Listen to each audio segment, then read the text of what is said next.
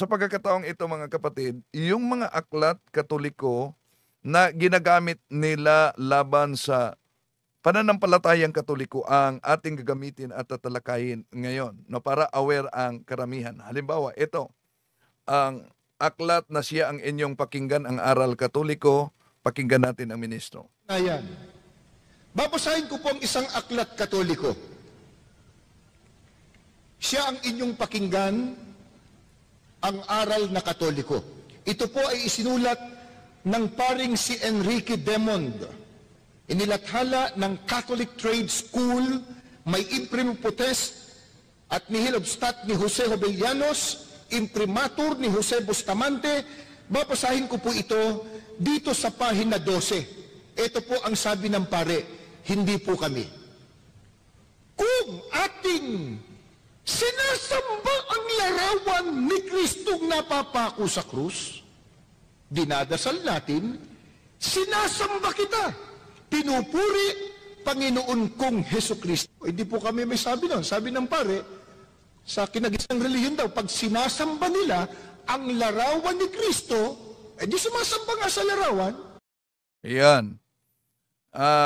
Ginamit nila ang aklat na ito at sabi ng mga ministro, di po ba mabasa sa mga aklat ng Katoliko na sinasamba ang larawan dahil may pasigaw-sigaw pa ang ministro para makakuha ng atensyon kung ating sa pahina 12, ito ang kanya binasa, kung ating sinasamba ang larawan ni Kristong napapako sa krus, dinadasal natin, sinasamba kita at pinupuri Panginoong kong Heso Kristo. Kaya sabi niya, sinasamba talaga ang larawan. Malinaw na mabasa yan sa aklat Katoliko. So, at sasabihin naman ng mga ministro, kaya ginagamit natin ito para aware kayo kung sakaling makaharap ninyo ang ganitong taktika, paano ninyo sasagutin. Dahil matapos gagamitin nila ang pahina 12, sasabihin nila, di ba, kitang-kita ang pag-amin mismo ng paring Katoliko na kayong mga Katoliko sumasamba sa larawan ni Kristo. Kaya paano natin sasagutin ito mga kapatid? Una, tandaan natin mga kapatid, yung sinasabi sa pare na si Father Enrique Demond, ito'y matagal nang ginagamit kahit sa panahon pa ni Felix Manalo nang naitatag ni Felix Manalo ang kanyang Iglesia ni Cristo. Ni-research, meron silang sariling researchers. Ginagamit nila ang mga aklat Katoliko. At pinagputol-putol nila.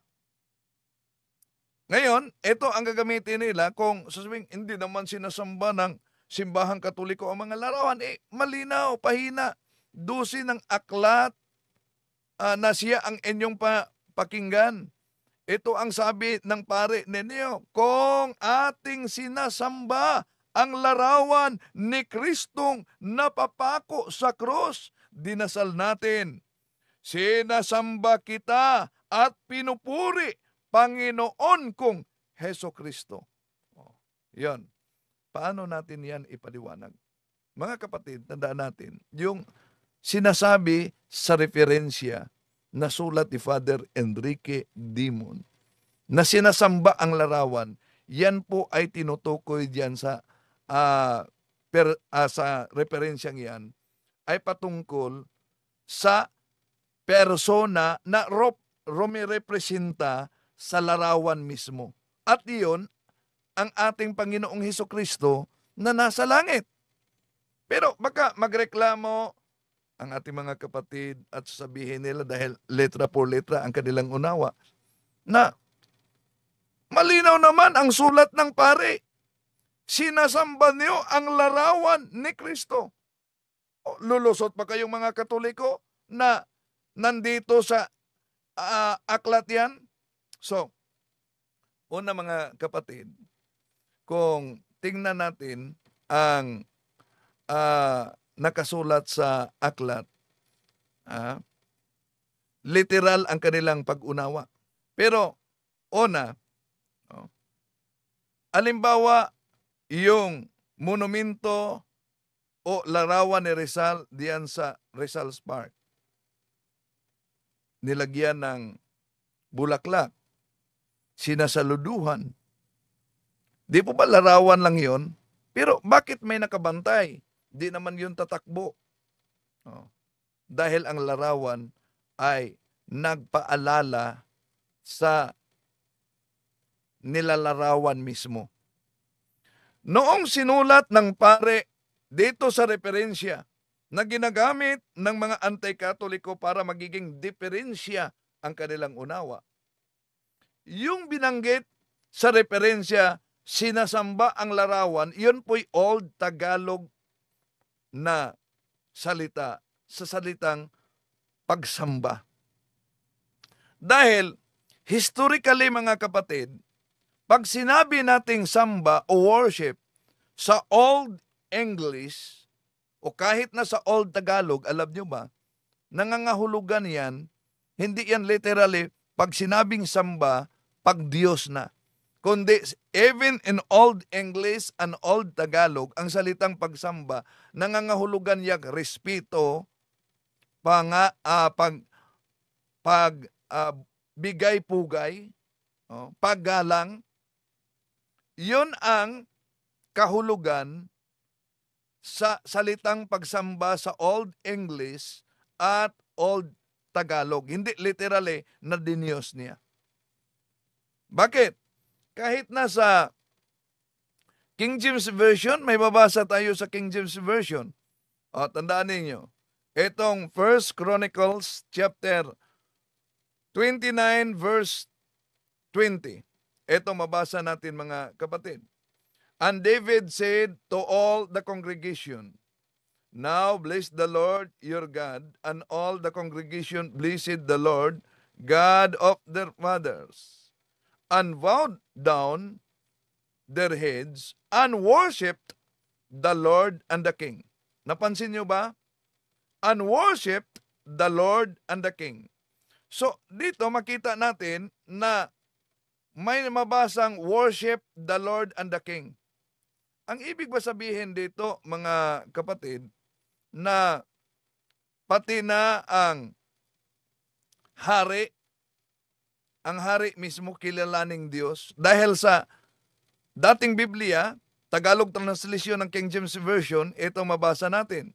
At sinabi ni David sa buong kapisanan, ngayoy purihin ninyo ang Panginoong ninyong Diyos, at ang buong kapisanan ay pumuri sa Panginoon, sa Diyos ng kanilang mga magulang, at iyukod ang kanilang mga ulo, at sumamba sa Panginoon at sa hari. So, napansin nyo, ano daw ang mabasa kahit sa ang dating Biblia na Tagalog version? Sumamba sa Panginoon at hari. Pero, dahil po ba ang nakasulat kahit sa King James Version, sambahin ang Panginoon ang hari at ang hari, ibig sabihin ba ang hari kilalanin ng Diyos? Hindi, dahil Old English, Old Tagalog ang ginagamit. Na kung sisilipin natin sa naturang talata sa 1 Chronicles chapter 29 verse 20 sa Good News Bible, ito ang salin mga mahal na kapatid. Then David commanded the people, praise the Lord your God, and the whole assembly, praise the Lord, the God of their ancestors, and they bowed low and gave honor to the Lord and also to the King. So napansin nyo ang pagkakaiba na ang salitang pagsamba, ang salitang worship sa Old English and Old Tagalog, ano daw ang pagsamba? Honor.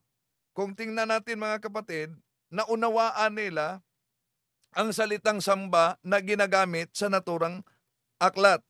Basta ginagamit nila pangontra laban sa atin. Kaya kailangan alam ng Katoliko daw. So balikan natin, unang hari, 1 Chronicles chapter 29 verse 20. Anong mabasa?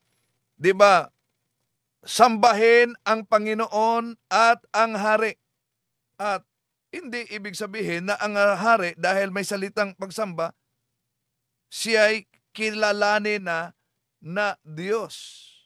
Diyan papasok ang meaning, mga kapatid, sa salitang worship sa Old English, na ang salitang worship o pagsamba, ito'y nangangahulugang pagbibigay respeto, nangangahulugang pagbibigay parangal, pagbibigay pugay.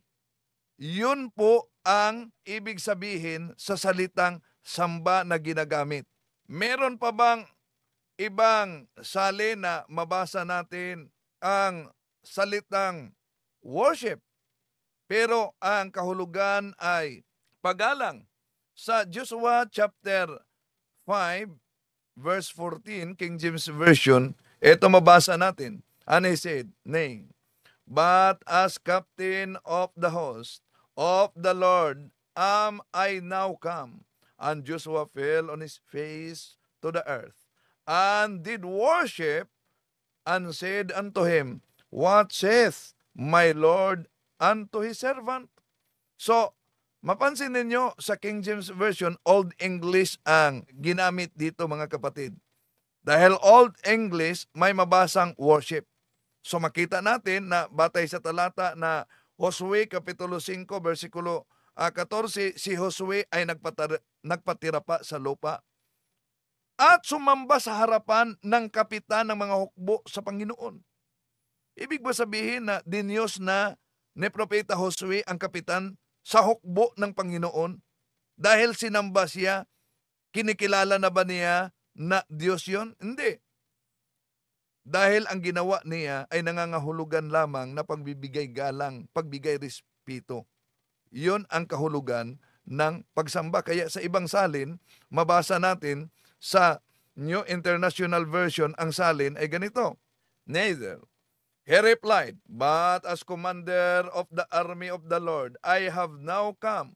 Then Joshua fell face down to the ground in reverence and asked him, what message does my Lord have for his servant?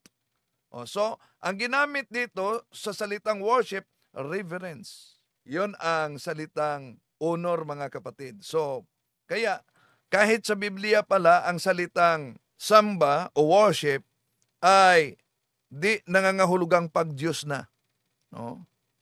So, lahat na binibigay na talata, mga kapatid, na ating nakita, yung sinasabing pagsamba, diyan napapasok ang Latin meaning na dulia. Yung dulia ay nangangahulugang paggalang, pagrespeto, pagbigay pugay. Yun ang kahulugan. Meron tayong dulia, meron tayong latria, meron tayong hyperdulia. No? At yun ang di alam ng ating mga kapatid sa iba yung pananampalataya, dahil literal sila kahit wala silang sariling Bible, no? Basta nakabasa lang ng Biblia at mga aklat Katoliko ginamit, at alam nyo, nagiging epektibo itong ginagawa nila. Bakit? Dahil dami na mga kapatid natin sa mga Katolikong nadala. So, ang sinabing sinasamba, yon ay nangangahulugang paggalang, dulia. Hindi agad ibig sabihin pag Diyos na. So, kaya nga kung pansinin ninyo, ano ang opisyal na aral ng Simbahang Katoliko kaugnay sa Sacred Images? Pag Diyos ba ang ating paggalang sa mga sagradong imahen? Winasak ng mga iba't ibang mga anti-Catholic ang mga sagradong imahen. Sila ang modern iconoclasm sa ating panahon. Dahil noong 787 Anno Domini, ang ikalawang konsilyo ng Nicaea, yun ay, tandaan ninyo, sa taong 325, unang konsilyo sa Nicaea, about yon sa Arianism, na ang paniniwala si Kristo'y tao, hindi Diyos. Sa panahon natin ngayon, lumitaw yan, ang dami ng mga sikta na hindi naniniwala na si Kristo Diyos. Isa na ang Islam, ang Iglesia ni Cristo, natatag ni Felix Manalo.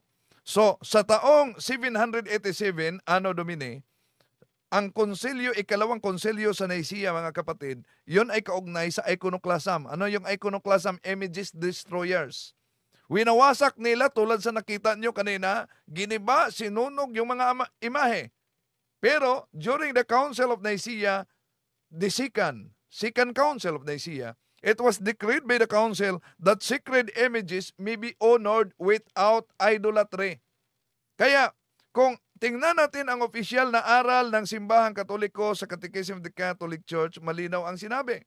The Christian veneration of images is not contrary to the first commandment, which prescribes idols. Indeed, the honor rendered to an image passes to its prototype. And whoever venerates an image venerates the person portrayed in it. The honor paid to sacred images is a respectful veneration, not the adoration due to God alone. So, malinaw mga kapatid, ang opisyal na aral ng Simbahang Katoliko kaugnay diyan. Kung tingnan natin, talagang ginagamit lang ng mga anti-Catholic at nilabo ang opisyal na aral ng Simbahang Katoliko dahil sa pamamagitan ng mga sagradong imahe, sasabihin nila, o di po ba, ang daming mga Diyos ninyo mga Katoliko, hindi naman yan ang aral ng Simbahang Katoliko. Ang aral ng Simbahang Katoliko ay malinaw sa Catechism of the Catholic Church. The Church never ceases to proclaim her faith in one only God, Father, Son, and Holy Spirit. Ano? One only God. At hindi kinikilala nating mga Katoliko na ang mga sagradong imahen ay mga Diyos. Pero bakit meron tayong mga imahe larawan? Tandaan natin mga kapatid na bahagi sa tinatawag na Proclamation of Faith ni Santo Tomas matapos muling nabuhay ang ating Panginoong Hesus. Ano yung bahagi sa kanyang proclamation? Tayong mga tao, dahil hindi tayo mga espiritu, nangangailangan tayo na may makita, nangangailangan tayo na may mahawakan. Kaya nga, anong sabi ni San Juan sa Juan Kapitulo, Santo Tomas sa Juan Kapitulo 20, versikulo 25, sabi niya, eto, sinabi nga ng ibang mga alagad sa kaniya, nakita namin ang Panginoon. Sinabi niya sa kanila, malibang makita ko ang tanda ng mga pako sa kaniyang mga kamay, at mailagay ko ang aking mga daliri roon, at maipasok ko ang aking kamay sa kaniyang tagiliran, kailanman ay hindi ako maniniwala. See?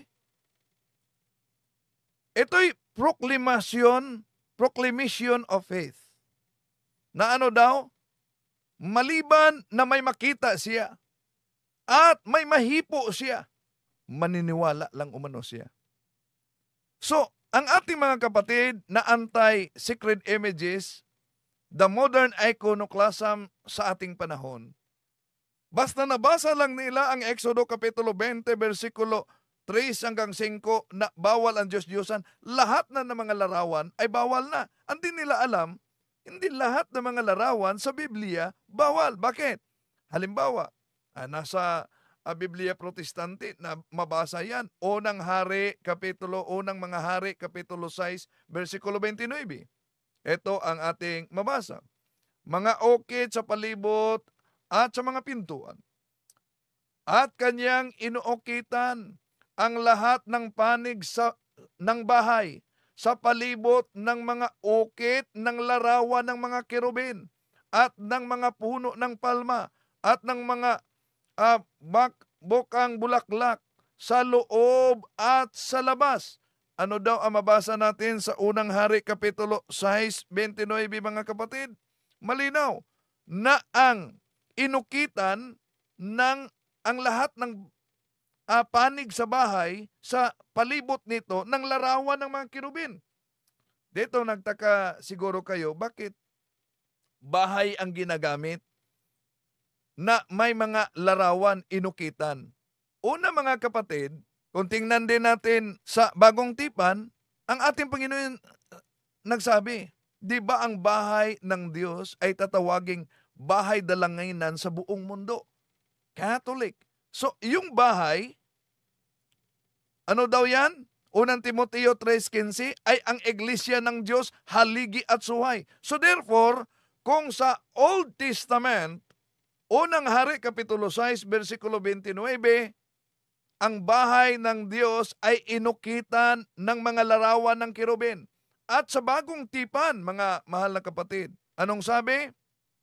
Ang bahay ng Diyos, iglesia ng Diyos, haligi at suhay ng katotohanan. Therefore, ang bahay ng Diyos na siyang iglesia ay may mga nakaukit talaga ng mga larawan ng mga santo, ng mga banal. Bakit? Tingnan niyo ang Ezekiel 41:17-22. Buong templo ng Diyos may nakaukit na mga larawan. May larawan na mukha ng tao, may larawan ng mga anghel, at may mga punong palma. Ano po bang kaugnayan diyan na punong palma nilagay? Ang punong palma, mga kapatid, sumisimbolo sa mga banal na tao. Asan mabasa? Psalm chapter 92 verse 12 King James Version, the righteous shall flourish like the palm tree. So ang mga banal, sumisimbolo sa kanila ang punong palma. Kaya nga, makita natin na ang templo ng Diyos ay may nakaukit na larawan. At kung gagamitin natin ang Protestant na salin, New Living Translation, ito mabasa natin sa Isaiah chapter 19 verse 19. And that day there will be an altar to the Lord in the heart of Egypt, and there will be a monument to the Lord on its border. Ano daw? May altar, may monument. Ang tanong, meron ba yan sa mga anti-Catholic na may altar at may monument? Wala. Bakit ba tayo mga Katoliko, pinarangalan natin ang mga banal? Halimbawa mga kapatid, kung ikaw ay may drawing at ang drawing mo ay napakaganda ang drawing mo. Pagkatapos, pinupuri ang drawing mo. Tanong, magagalit ka ba na pinupuri yung drawing mo? Hindi. Dahil kung ang drawing mo ay pinupuri ng mga tao, ibig sabihin, pinupuri pati na yung nagdrawing. Kaya magalit ba ang Panginoon kung pinupuri at niluwalhati natin ang mga banal? Hindi. Sino ba yung mga banal? Yung sa Kanya na. Bakit sa Kanya na? Unang Pedro 1:16, tayo'y tinatawag sa kabanalan. Anong sabi ng ating Panginoon Jesucristo? Juan 17:10. Ito ang mabasa natin, mga mahal na kapatid. Ang lahat ng akin ay sa iyo, at ang lahat ng sa iyo ay sa akin, at naluluwalhati ako sa pamamagitan nila. Ano daw? Ang lahat na sa Kanya ay sa Ama, at ang lahat ng sa Ama ay sa Kanya, at sa pamamagitan nila ay naluwalhati daw ang Diyos. Kaya, kung tingnan natin ang mabasa sa 2 Thessalonians chapter 1 verse 10 sa Christian Community Bible, ito ang mabasa natin. On that day, the Lord will be glorified in His saints. Ano daw? On that day, the Lord will be glorified on His saints. Problema, wala silang mga santo, di ba? Tayo lang mga Katoliko ang may mga santo. Kaya, inaalala natin ang mga santo. Bakit? Hebreo Kapitulo 13, versikulo 7, alalahanin ninyo ang mga dating namumuno sa inyo, ang mga nagpahayag sa inyo ng salita ng Diyos. Isipin ninyo kung paano sila namumuhay at tularan ninyo ang kanilang pananampalataya. See?